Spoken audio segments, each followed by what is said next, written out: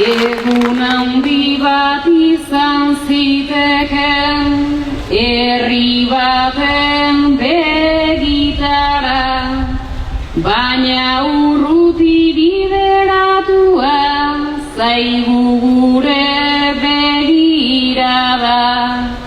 Naiz ilusio zurbildu zaren, ekitaldi honetara. Martin, zuretzat gure txaloa eta gure besarkada. Guretzat gogorra izan baita balkoian espainola jarri behar izatea. Beste inposaketa bat gehiago, bizi ditugun hainbat eta hainbat bezala. Ez bakarrik Foru Aldundian, baita ere hainbat eta hainbat udaletxetan, baina lanean jarraituko dugu, lehen bertsolariek esan duten bezala, ikurrinaren haizeak, dantzan egin dezan, asko sobe, gaur egun baino. Eskerrik asko guztioi etortzeagatik.